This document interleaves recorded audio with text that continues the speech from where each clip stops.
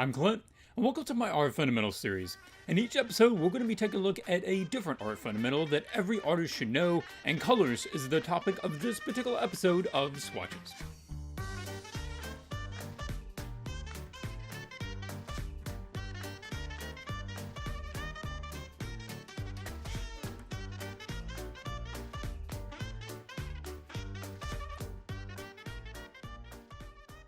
The Art Fundamentals are a core set of skills, knowledge, and understanding that every artist should know because they apply to every kind of artist.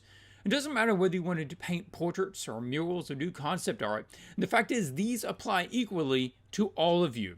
So that is why it's so important to learn these first. These are the basic tools in your artistic toolkit. A builder has a hammer and a screwdriver and other tools. These are yours. But what are they?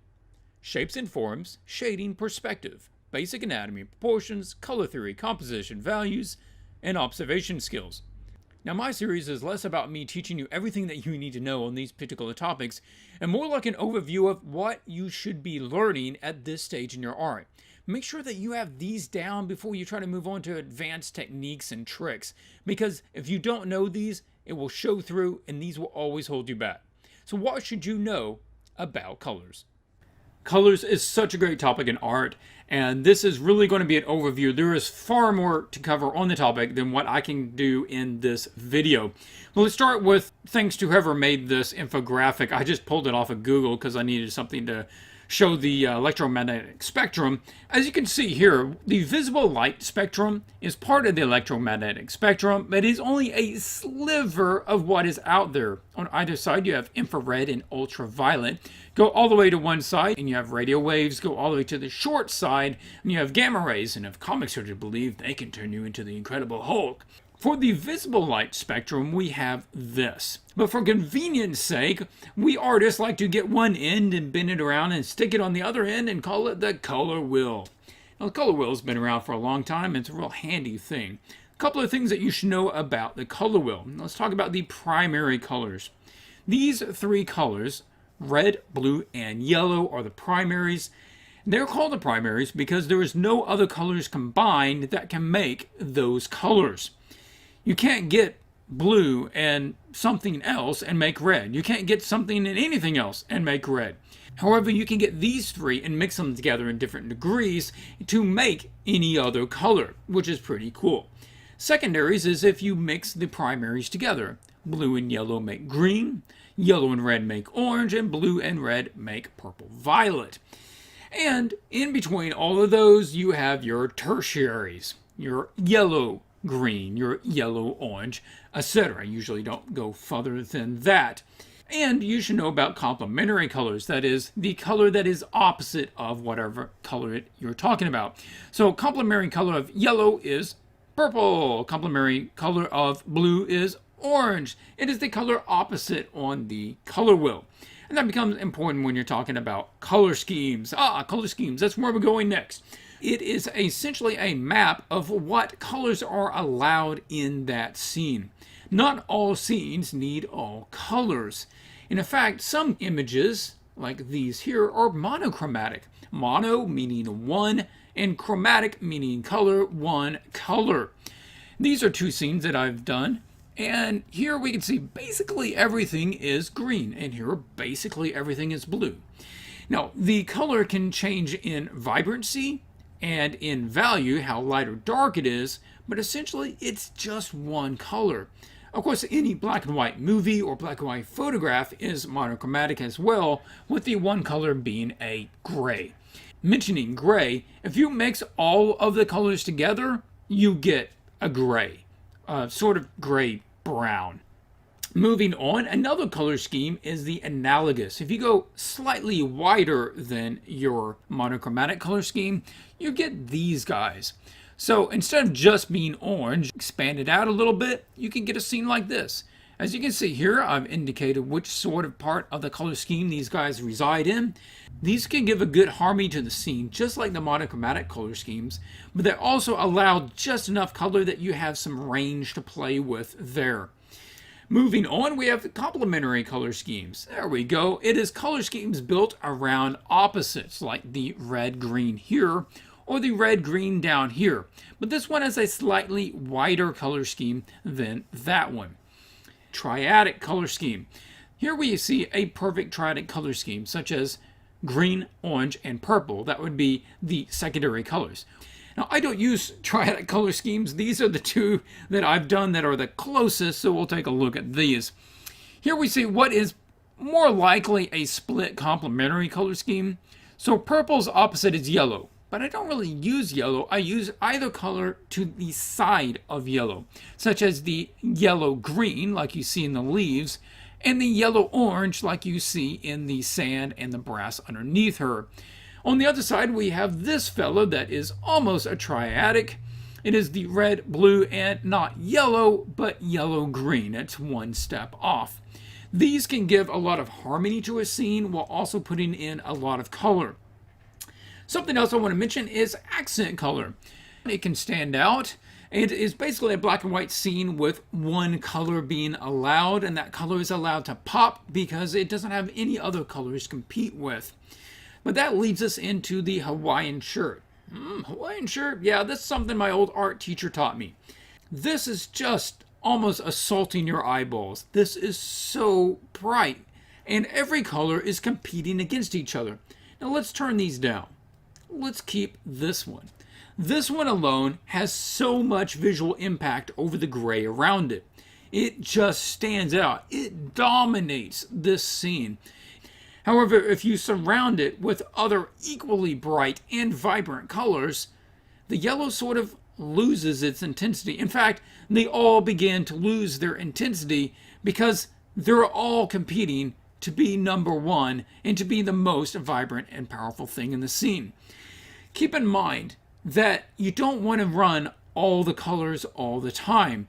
As I say in some other videos, you don't want to throw the crayon box at it. You just want to use a particular one and let that sing. These accent color images let that happen. And some of the other ones create harmony this way. And let's talk about harmony for a moment. There is different ways to create impact and strength in an image. Usually that is done through harmony or through contrast. That impact can be there because it is so cohesive or it is so aggressively contrasting. These work because they are so harmonious. It is one color, it's one note singing throughout the entire piece. Complementary color schemes work the other way. They create impact not through harmony but through contrast. And it's two opposing colors fighting against each other. If you look at a lot of the old master paintings, they're usually analogous color schemes. There are these guys right here. They pick one color and then they base the other ones around it and they expand it out just enough that they can render all the elements that they need in the scene with those colors. Now let's talk about relative color. Relative color is where colors appear to change color depending on what colors they are around. Let's flip that off and bring these down here. Now I borrowed these images from this right here, Brain Games, put on by National Geographic. It's a TV show. You can go out and watch it. They have some fun stuff on those. But here we have two images of essentially the same thing with different tints to the image. All these colors appear different. Now, your eyes will naturally color balance a scene. These are balanced to be red and green. Think about this. If you're outside at dusk and you look in at most houses, the lights inside the house appear to be very orange. If you go into the house from outside, you'll notice how warm it is for just a moment. But a minute later, you won't notice how orange it is anymore. Your brain will naturally balance the scene so that everything appears normal. But let's take a look at these. This appears to be red. This appears to be green. Same thing over here. I would say red square, green square. However, the crazy thing is that this green and this red are the same color. Yes, sir. If I am to turn this on, take a look at that. The bottom one and the top one are the same color. Now, this is crazy because looking at our color scheme, green and red are complementary colors. They are complete opposites. Our logical brain says there is no way I could confuse red with green. They're opposites. But that's exactly what can happen depending on what colors are around it. Because everything in this scene is reddish, this appears to be green. Because everything in the scene is greenish, this appears to be red, when in fact both of these are just a version of brown. It is so important what colors are around your colors, and that will affect what colors they look like. It comes down to this: we judge colors subjectively, not objectively. Naturally speaking, that's the way it works. As artists, we have to learn to look at a color objectively, especially if we're working from a reference image or from life. It's easy to forget how colors can affect the things next to it. So you have to step back and think about, what color am I actually looking at, not what color does it appear to be. Let's move on to a common mistake with color, and that is what I call chalk and charcoal. This is a little excerpt from my book on 10 most common mistakes in digital painting. People will use white in order to lighten things and black in order to darken things. And that is inherently problematic because white and black are both cold colors. And if you're trying to use it to brighten something that is warm, you're actually going to be chilling it down. This can be seen in the hand looking gray, the hair looking gray, skin up here looking gray, as well as if you try to brighten a candle flame with white instead of using yellow and orange. You kill the vibrancy and the warmth of it because the white is actually chilling it down. If you're going to brighten something, especially if it's warm, then you need to use a brighter, more saturated version of that color and then ease it up to a white.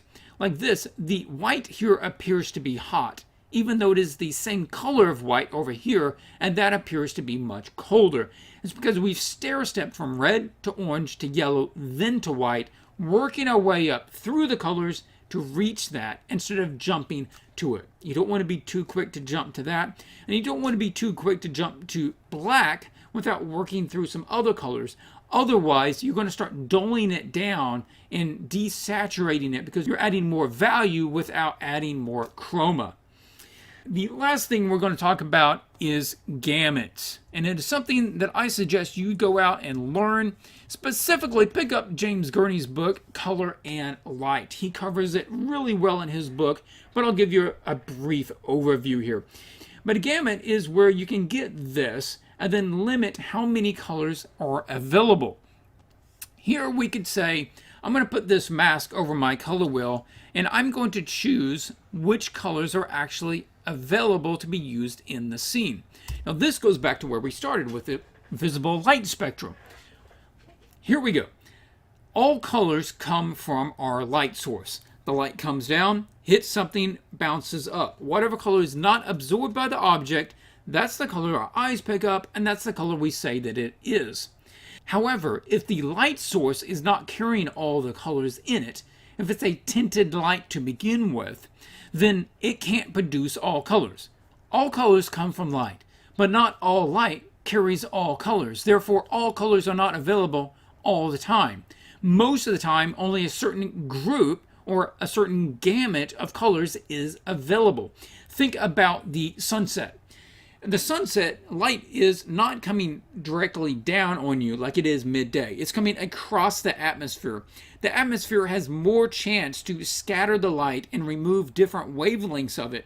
At that time, you don't have the possibility to have a lime green shirt in your sunset painting. Not a true lime green anyway.